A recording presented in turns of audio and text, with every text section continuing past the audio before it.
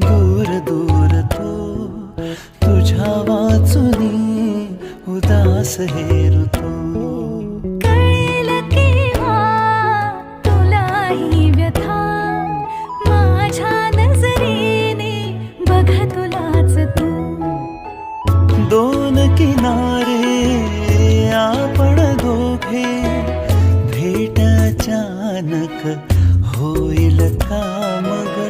श्वास असे श्वासात गुंतले, नकळताच बघ झालो जीवलग. कसले काहुर कुठली हुरहुर, मनात आता व्याकुळ तगमग.